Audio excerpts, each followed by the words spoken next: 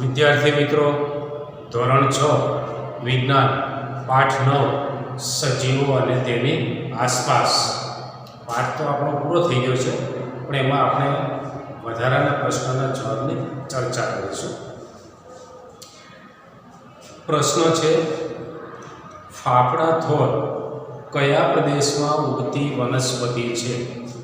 તો ફાફડા થોર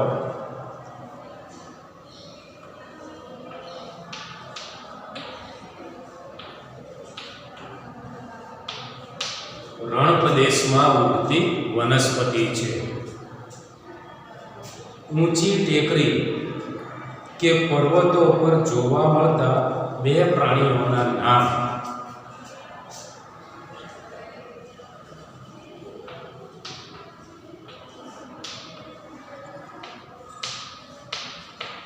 જવાબ છે બકરી અને યાક.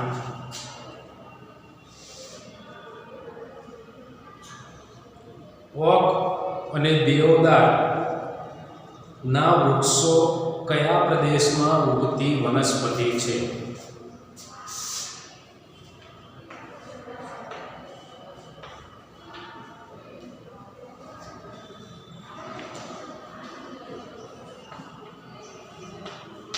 જવાબ છે પર્વતીય પ્રદેશમાં ઉગતી વનસ્પતિ છે. માછલી શ્વસન માટે ઓક્સિજન ક્યાંથી લે છે?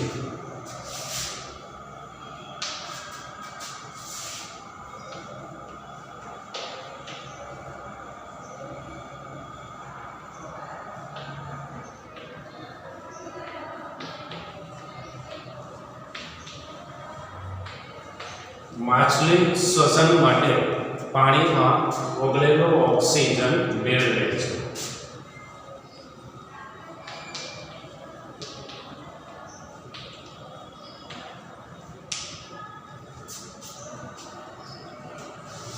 પ્રશ્ન છે, માછલીનું શ્વસન અંગ કયું છે? માછલીનું શ્વસન અંગ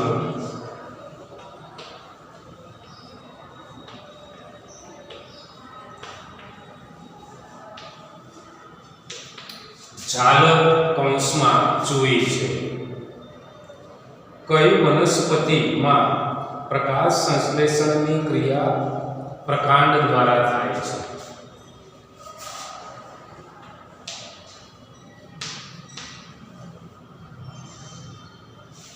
થોર નામની વનસ્પતિમાં પ્રકાશ સંશ્લેષણની પ્રક્રિયા પ્રકાંડ દ્વારા થાય છે. બગીચામાં ઉગાડેલી મહેંદી પ્રજનનની કઈ રીતે ઉગાડેલી હોય છે?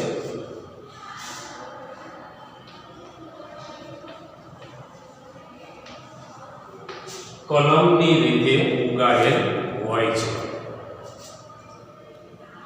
અળસિયાનું શ્વસન અંગ કયું છે?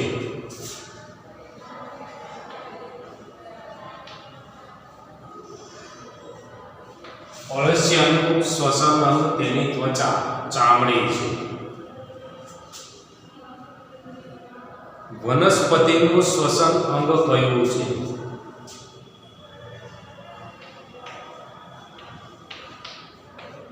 પર્ણ વનસ્પતિનું શ્વસન અંગ છે. વનસ્પતિમાં પ્રકાશ સંશ્લેષણની ક્રિયા તેના કયા અંગમાં થાય છે?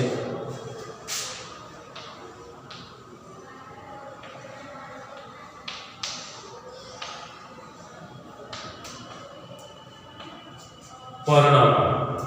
વિદ્યાર્થી મિત્રો, આ 7મા પ્રશ્નનો જવાબ હતો કલમ. કે બગીચામાં જે મહેંદી ઉગાડવામાં આવે છે એ મહેંદી કઈ રીતે ઉગાડવામાં આવે છે? કલમ. તો કલમ વિશે આપણે માહિતી મેળવીએ કે પ્રજનનની એક રીત છે કે મોટાભાગની વનસ્પતિ તેના બીજમાંથી ઉગતી હોય છે. બીજને જમીનમાં રોપવામાં આવે, સમયસર પાણી આપવામાં આવે એટલે તેમાંથી નવો છોડ ઉગી નીકળે છે. હવે કલમની પદ્ધતિ તો એમાં મહેંદી એ વનસ્પતિનું પ્રકાંડ એટલે કે એની ડાળી એને જમીનમાં રોપી દેવામાં આવે. થોડા દિવસો બાદ તે પ્રકાંડ એ જમીનમાં મૂળ મૂકે છે અને તેમાંથી જે નવા છોડ ઉત્પન્ન થાય છે એ પદ્ધતિ એ કલમ પદ્ધતિ કહેવાય. એટલે કે છોડના પ્રકાંડને કાપી અને જમીનમાં દાટવાથી અમુક દિવસો બાદ તેમાંથી મૂળ ઉત્પન્ન થાય છે અને નવો છોડ વિકાસ પામે છે. આ પદ્ધતિ એ કલમ પદ્ધતિ કહેવાય છે. તો વિદ્યાર્થી મિત્રો, આ સાથે આ પાઠ પૂરો થાય છે. ગૃહ કાર્ય માટે પાઠનું સ્વાધ્યાય લખવાનું છે, જે હું તમને બોર્ડ ઉપર લખી આપું છું. વિજ્ઞાનની નોટમાં સારા અક્ષર લખવાનું છે.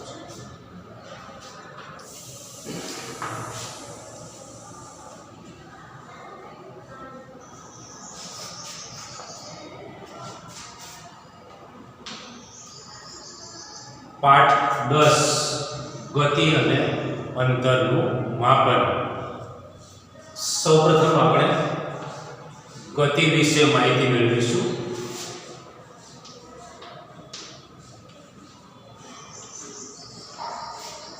કે ગતિ એટલે શું?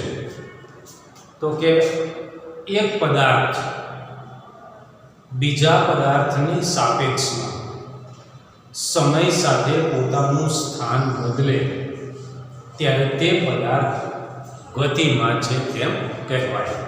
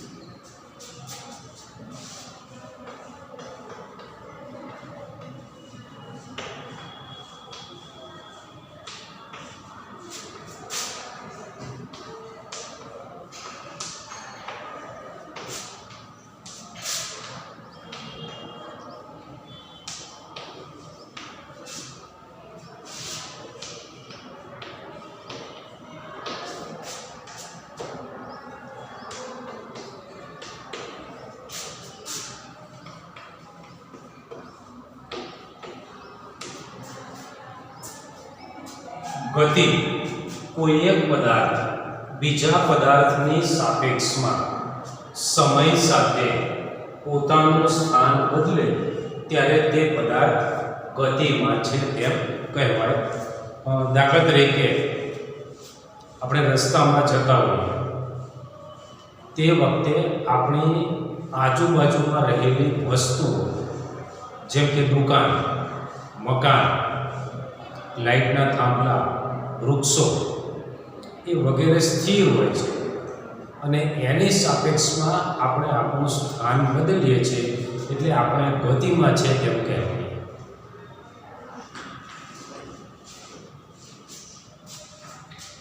પ્રશ્ન છે, વેગ, હાથ અને પગલાં જેવા માપથી વસ્તુની લંબાઈ ચોકસાઈપૂર્વક માપી શકાય નહીં. વિદ્યાર્થી મિત્રો, પહેલાંના સમયમાં કે જ્યારે વસ્તુનું માપન કરવા માટે કોઈ સાધન ન હતા, કોઈ સર્વસામાન્ય એકમ ન હતો, એટલે કે મીટર પટ્ટી ન હતી, તો ત્યારે એ વસ્તુની લંબાઈ માપવા માટે એ જે તે વ્યક્તિ એ પોતાના હાથની વેદ,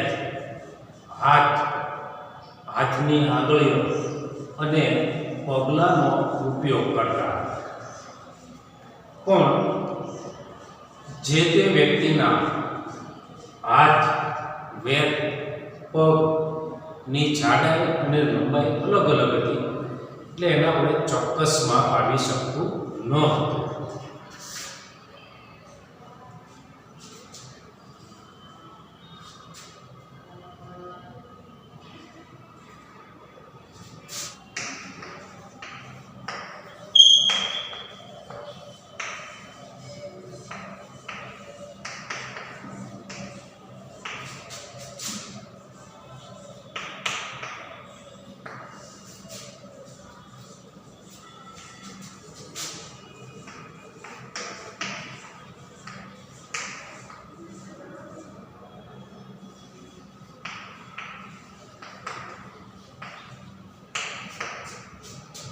જુદી જુદી વ્યક્તિના વેત, હાથ અને પગલાંના માપ જુદા જુદા હોય છે. કેટલીક વ્યક્તિના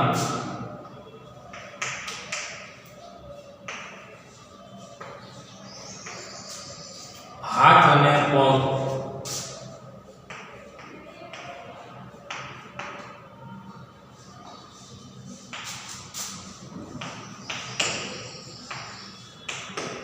લાંબા હોય છે. કેટલીક વ્યક્તિના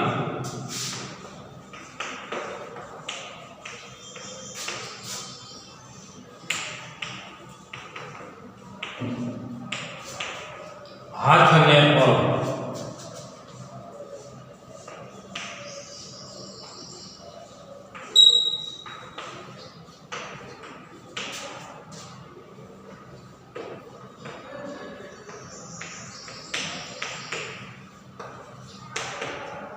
ટૂંકા હોય છે. આથી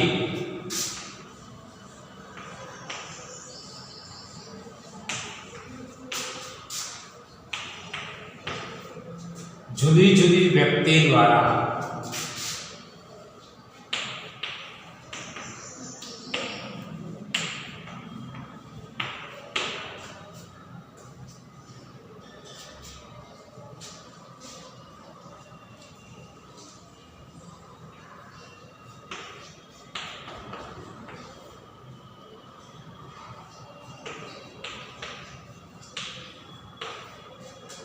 જુદી જુદી વ્યક્તિ દ્વારા મપાતી વસ્તુની લંબાઈ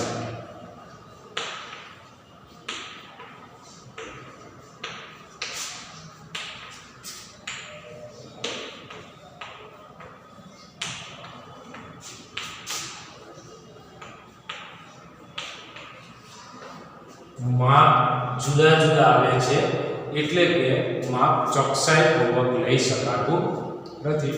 ફરીથી વેત, હાથ અને પગલાં જેવા માપથી વસ્તુની લંબાઈ ચોકસાઈપૂર્વક માપી શકાય નહીં, કારણ કે જુદી જુદી વ્યક્તિના વેત, હાથ અને પગલાંની લંબાઈ એટલે કે પગલાંના માપ જુદા જુદા હોય છે. કારણ કે કેટલીક વ્યક્તિના હાથ અને પગ લાંબા હોય છે, કેટલીક વ્યક્તિના હાથ અને પગ ટૂંકા હોય છે. આવી એ જુદી જુદી વ્યક્તિ દ્વારા વેત, હાથ અને પગલાંનો ઉપયોગ કરી અને જો વસ્તુની લંબાઈ માપવામાં આવે તો તે લંબાઈ એ અલગ અલગ આવે છે, ચોકસાઈપૂર્વક માપી શકાતી નથી.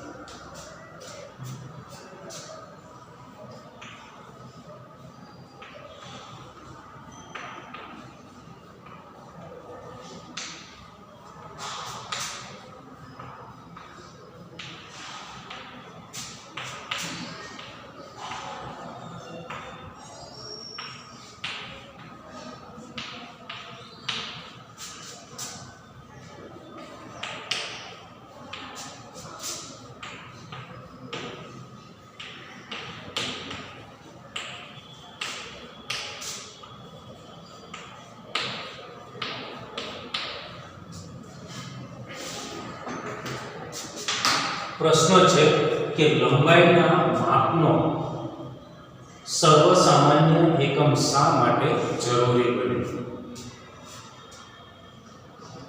તો લંબાઈના માપનનો સર્વસામાન્ય એકમ કે પહેલાના સમયમાં લોકો વસ્તુની લંબાઈ માપવા માટે એ વ્યક્તિ એ પોતાની આંગળીઓ, વેત, હાથ અને પગલાંનો ઉપયોગ કરતા અને દરેક વ્યક્તિના હાથની આંગળીઓની જાડાઈનું માપ, વેતનું માપ, તેના હાથનું માપ અને તેના પગલાંની લંબાઈ જુદી જુદી હતી, જેથી જે તે વ્યક્તિ દ્વારા વસ્તુની લંબાઈ માપવામાં આવે ત્યારે તે લંબાઈનું માપ અલગ અલગ હતું.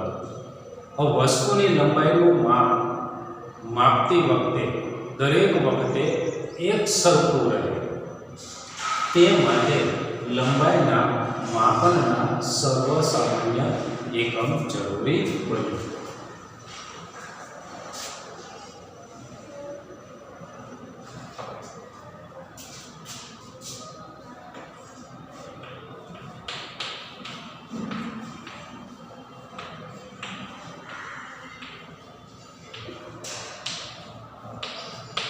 પહેલાના સમયમાં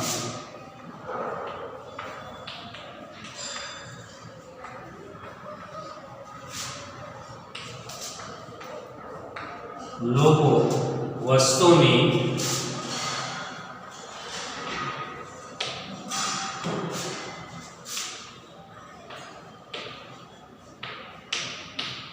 લંબાઈ માપવા માટે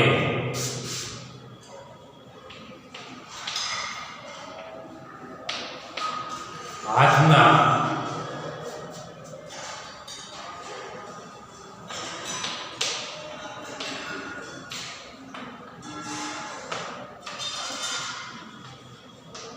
આંગળા, વેર,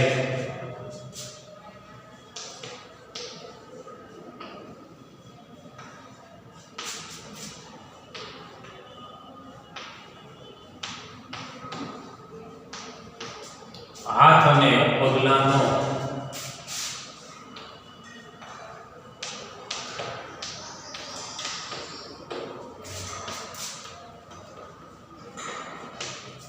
ઉપયોગ કરતા હતા.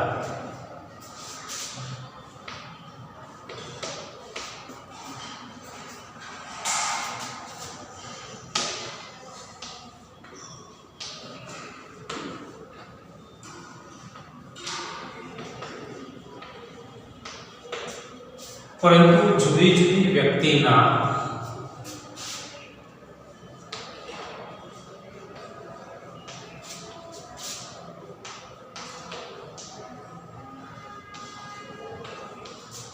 હાથના આંગળાની જાડાઈ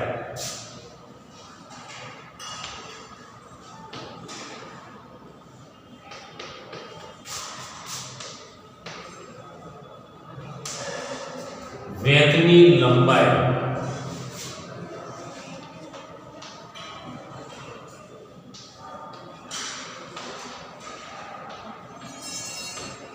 હાથની લંબાઈ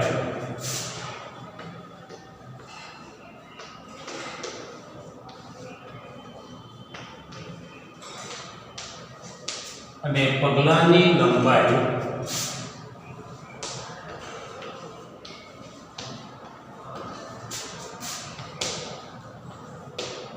જુદી જુદી હતી. તેથી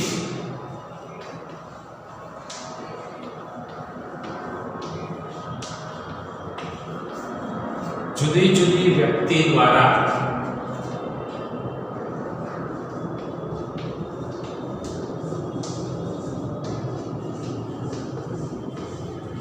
મપાતી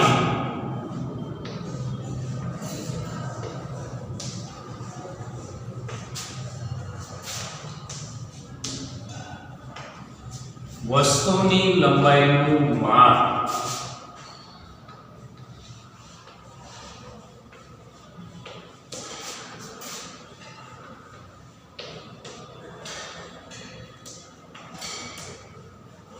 અલગ અલગ આવતું હતું.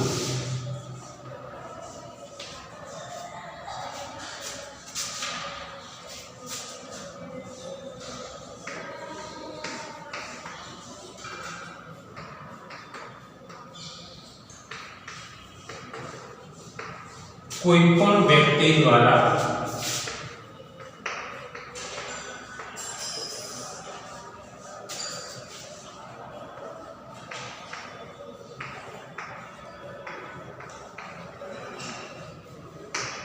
મપાતી વસ્તુની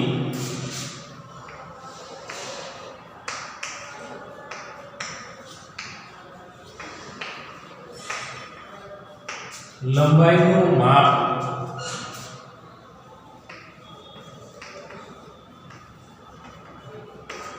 દરેક વખતે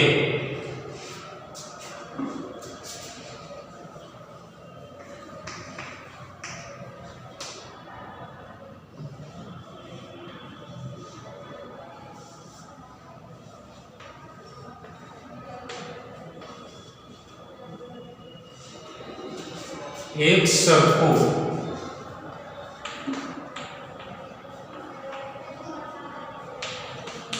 જળવાઈ રહે તે માટે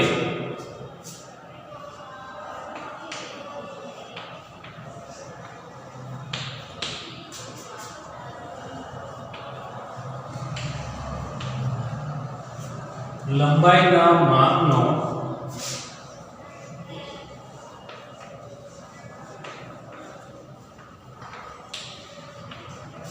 સર્વસામાન્ય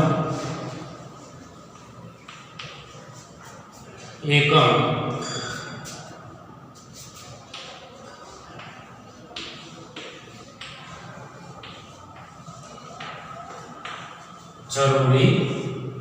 જરૂરી બન્યું.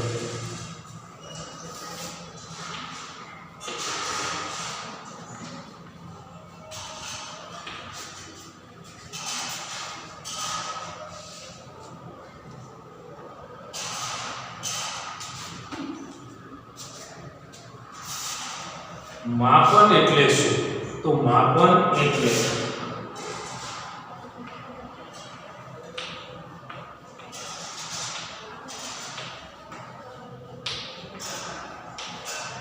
અજ્ઞાત જથ્થાની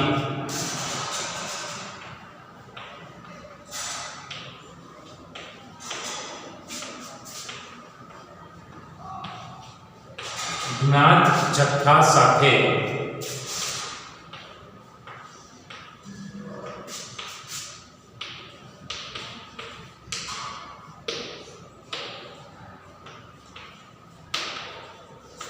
ની સરખામણીને માપન કહે છે.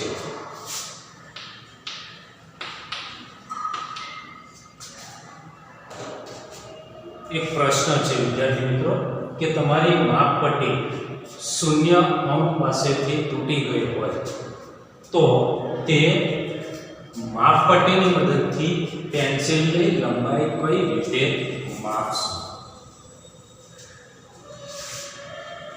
તો સૌપ્રથમ પેન્સિલનો શરૂઆતનો છેડો એ માપપટ્ટીના એક અંકની સામે આવે તે રીતે ગોઠવીશું.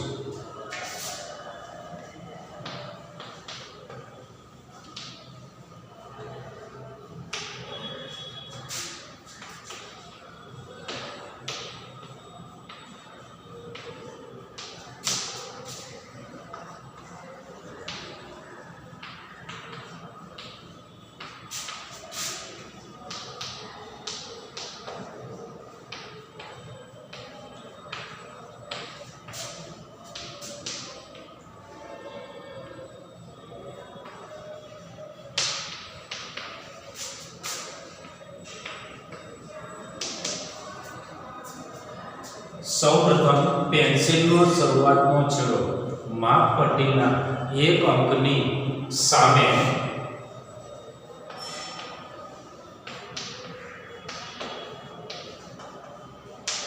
આવે તે રીતે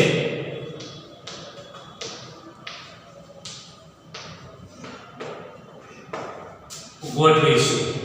હવે પેન્સિલનો બીજો છેડો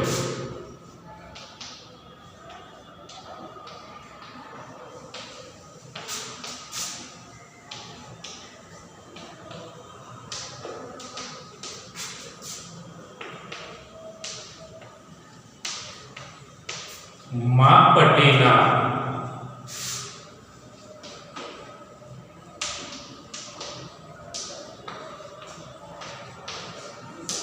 જે અંકની સામે આવે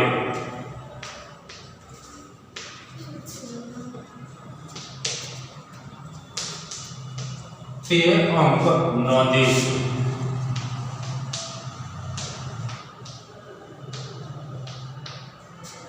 અને આ અંકને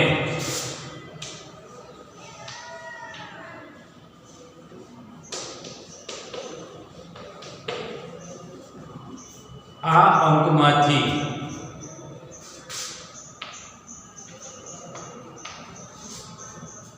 એક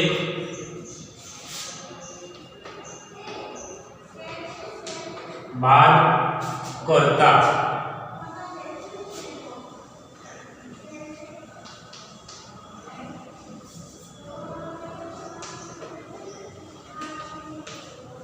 જે માપ મળશે તે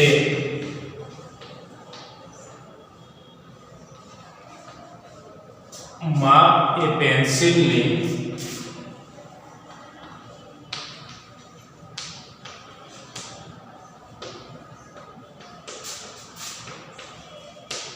લંબાઈ દર્શાવે છે. ફરીથી વિદ્યાર્થી મિત્રો જવાબની ચર્ચા કરી નાખીએ કે માપપટ્ટીનો શરૂઆતનો અંક એટલે કે શૂન્ય તૂટી ગયો હોય ત્યારે પેન્સિલની લંબાઈ માપવા માટે સૌપ્રથમ પેન્સિલ માપપટ્ટીને અડકે તે રીતે ગોઠવીશું. ત્યારબાદ પેન્સિલનો શરૂઆતનો છેડો એ માપપટ્ટીના એક અંકની સામે આવે તે રીતે ગોઠવીશું. હવે પેન્સિલનો બીજો છેડો માપપટ્ટીના જે અંકની સામે આવે તે અંક નોંધીશું. આ અંકમાંથી એક બાદ કરતા જે માપ મળશે તે પેન્સિલની લંબાઈ દર્શાવે છે. તો વિદ્યાર્થી મિત્રો આ પાઠમાં આપણે અહીંયા સુધી રાખીશું. ગૃહ કાર્ય માટે તમને બોર્ડ ઉપર પ્રશ્ન લખી આપ્યો તેના જવાબો તમારે વિજ્ઞાનની નોટમાં લખવા.